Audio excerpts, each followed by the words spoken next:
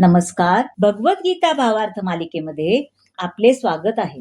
आज आपण यामध्ये पाहणार आहोत अध्याय 10 मधील श्लोक 31 ते 35.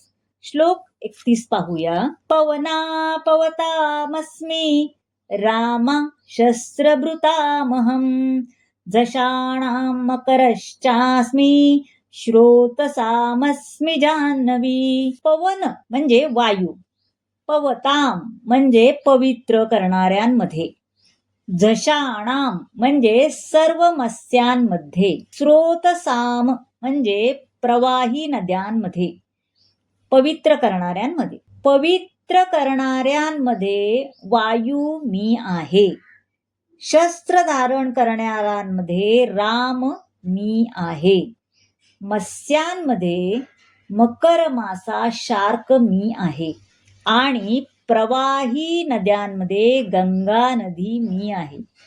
सर्व जलचरांमध्ये शार्क हा सर्वात मोठा मासा आणि निश्चितच मनुष्यासाठी घातक आहे, हो की नाही? म्हणून शार्क मासा म्हणजे श्रीकृष्णाचीच विभूती आहे. आता किती वेगळ्या वेगळ्या त्यांनी विभूतीमध्ये आहेत ते बघा, म्हणजे सर्वव्यापीच आहेत. त्यामुळे प्रत्येक विभूतीमध्ये म्हणजे चांगल्यामध्ये पण, वाईटमध्ये पण, दुष्टांचा संहार करण्यासाठी पण अशा विविध विभूतींमध्ये श्रीकृष्णच आहेत. गंगा नदी, वायू हेही त्यांचीच विभूती आहे असे त्यांनी सांगितलेले आहे. आता श्लोक 32 पाहूया. सर्गाणामादिरन्तश्च बध्यं चैवाहमर्जुना अध्यात्मविद्या विद्यानां वाद प्रवदतामहं. सर्गाणां म्हणजे सर्व सृजनांचा, विद्यानां म्हणजे सर्व विद्यांमध्ये, प्रवदताम म्हणजे वादविवादांमध्ये. हे अर्जुना, सर्व सृजनांचा आदी, अंत आणि मध्यही मीच आहे. सर्व विद्यांमध्ये अध्यात्म विद्या मी आहे आणि सर्व तर्कशास्त्रींमध्ये निर्णायक सत्य मी आहे.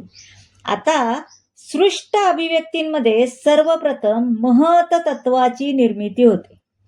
पूर्वी वर्णन केल्याप्रमाणे भौतिक सृष्टीची निर्मिती आणि संचलन महाविष्णू, गर्भोदकशाही विष्णू आणि क्षीरोदकशाही विष्णूंद्वारे केले जाते आणि शंकराद्वारे सृष्टीचा संहार केला जातो. सृजन, पालन आणि संहार करणारे हे सर्व प्रतिनिधी म्हणजे भगवंताच्या भौतिक गुणांचे अवतार आहेत. म्हणून भगवंत हेच सृष्टीचे आदी, अंत आणि मध्यही आहेत. आता श्लोक 33 पाहूया. अक्षराणां मकारोऽस्मि द्वंद्व सामासिकस्य च अहमेवाक्षय कालो धाताहं विश्वतो मुखा.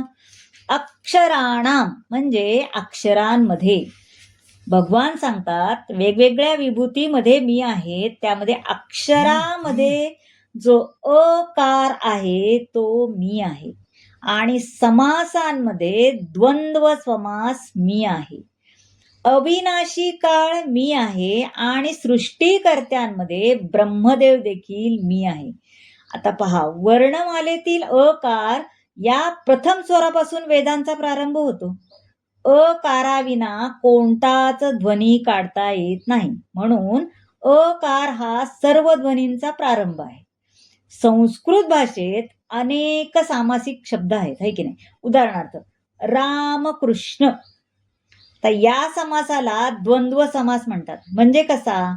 या समासामध्ये राम आणि कृष्ण हे दोन्ही शब्द प्रधान आहेत की नाही? दोन्ही शब्दाला तितकंच महत्व आहे, राम आणि कृष्ण, म्हणून याला द्वंद्व समास असे म्हणतात. क्षय करणाऱ्यांमध्ये काळ हा सर्वश्रेष्ठ आहे, कारण काळ सर्वांचाच ऱ्हास करतो. काळ हा श्रीकृष्णांचेच रूप आहे, कारण कालांतराने प्रलयाग्नीत सर्वच गोष्टींचा संहार होणार आहे. सृजनकर्त्या जीवांमध्ये चतुर्मुखी ब्रह्मदेव प्रधान आहे, म्हणून भगवान श्रीकृष्णाचा तो प्रतिनिधी आहे. आता श्लोक 34 पाहूया. मृत्यू सर्वहरश्चाह मुद्भवश्च भविष्यताम् कीर्ती श्रीवार्कश्च नारिणाम् स्मृतिर्मेधा धृती क्षमा. सर्वहर म्हणजे सर्व हरण किंवा भक्षण करणारा. नारीणाम म्हणजे स्त्रियांमध्ये. मेधा म्हणजे बुद्धी. धृती म्हणजे दृढता. सर्व हरण करणारा मृत्यू मी आहे आणि भविष्यामध्ये अस्तित्वात येणाऱ्या प्रत्येक वस्तूंचे कारणही मीच आहे. स्त्रियांमध्ये कीर्ती, ऐश्वर्य, मधुरवाणी, स्मृती, बुद्धी, दृढता आणि क्षमा पण मी आहे. आता पहा, जन्मापासून मनुष्य क्षणोक्षणी मरत असतो, हो की नाही? मृत्यू ही क्षणोक्षणी प्रत्येक जीवाचे भक्षण करीत असतो. परंतु शेवटच्या प्रहराला मृत्यू असे म्हणतात. मृत्यू म्हणजे श्रीकृष्ण आहेत. शरीराची वाढ होत असताना सर्व जीवांमध्ये 6 प्रकारचे बदल होतात. त्यांचा जन्म होतो, वाढ होते, काही काळासाठी अस्तित्वात राहतात, उपफले निर्माण करतात आणि क्षीण होतात आणि शेवटी त्यांचा विनाश होतो. या 6 स्थित्यंतरापैकी गर्भातून बाहेर येणे हा पहिला बदल म्हणजे श्रीकृष्ण आहे. जन्मापासूनच सर्व भावी क्रियांचा प्रारंभ होतो. या ठिकाणी उल्लेख केलेल्या कीर्ती, भाग्य, मधुरवाणी, स्मृती, बुद्धी, निष्ठा आणि क्षमा या 7 ऐश्वर्यांना स्त्रीवाचक मानले आहे. बघा किती वेगळं सांगितलंय की नाही. जर एखाद्या व्यक्तीकडे ही सर्व किंवा त्यापैकी काही ऐश्वर्य असतील तर त्याला स्तुत्य समजले जाते. जर एखादा सदाचारी असेल तर तो स्तुत्य बनतो. म्हणून कीर्तिमान आहे एखाद्या विषयाचे अध्ययन केले तर मनुष्य स्तुत्य बनतो. म्हणून कीर्तिमान आहे असे एखाद्या विषयाचे अध्ययन केले आणि जर त्याचे स्मरण होऊ शकले तर त्या उत्तम स्मृतीचे वरदान असते. निरनिराळ्या विषयाचे पुस्तक वाचून ती जाणून घेणे व आवश्यकतेनुसार जीवनात उतरवणे म्हणजे बुद्धी किंवा मेधा असते. अस्थिरतेवर विजय प्राप्त करणे म्हणजे दृढता होय. जेव्हा पूर्णपणे योग्य झाल्यावर मनुष्य शांत, विनम्र असतो, जेव्हा सुखदुःखामध्ये स्थिर असतो, तेव्हा त्याच्या असणाऱ्या ऐश्वर्याला क्षमा असे म्हटले जाते. म्हणजे त्या 7 ऐश्वर्यांची किती थोडक्यात आणि छान त्यांचा अर्थ सांगितला आहे, हो की नाही? खूप सुंदर. आता श्लोक 35 पाहूया. बृहत्साम तथा सामनाम गायत्री छंदसामहम मासानां मार्गशीर्षोह मृतूनां कुसुमाकरा. बृहत्साम म्हणजे बृहत्साम नावाचे स्तोत्र. सामनाम म्हणजे सामदेवाच्या स्तोत्रात. छंदसाम म्हणजे सर्व छंदांमध्ये. कुसुम आकर म्हणजे वसंत ऋतू. आता सामवेदातील स्तोत्रांमध्ये ब्रह्मत्साम मी आहे आणि छंदांमध्ये गायत्री मी आहे. मासांमध्ये मार्गशीर्ष महिन्याला किती महत्व आहे पहा. मासांमध्ये मार्गशीर्ष मी आहे आणि ऋतूंमध्ये वसंत मी आहे. आता भगवंतांनी आधीच सांगितले आहे की सामवेद हा विविध देवतांनी गायलेल्या सुंदर स्तोत्रांनी संपन्न आहे. यापैकी बृहत्मास हा एक गान सुक्त आहे. अत्यंत त्याचा मधुर सूर आहे व ते मध्यरात्री गायले जाते. आता सर्वात जास्त केला जाणारा जप म्हणजे गायत्री मंत्र आहे.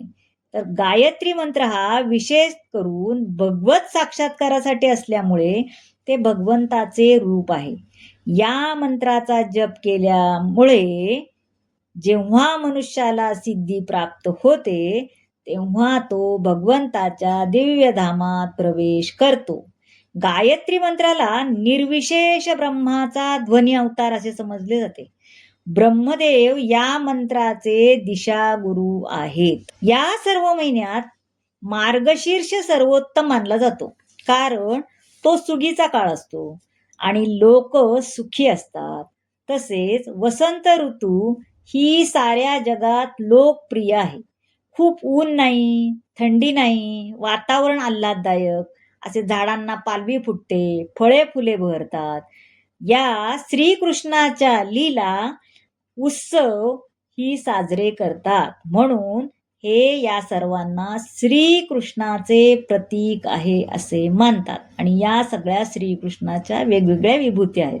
तर मंडळी, वेगवेगळ्या श्रीकृष्णाच्या विभूती असलेला हा विभूती योगामधला हा भाग तुम्हाला कसा वाटला नक्की सांगा. आवडला असेल तर लाईक करा, शेअर करा, सबस्क्राईब करा, कमेंट जरूर करा. धन्यवाद.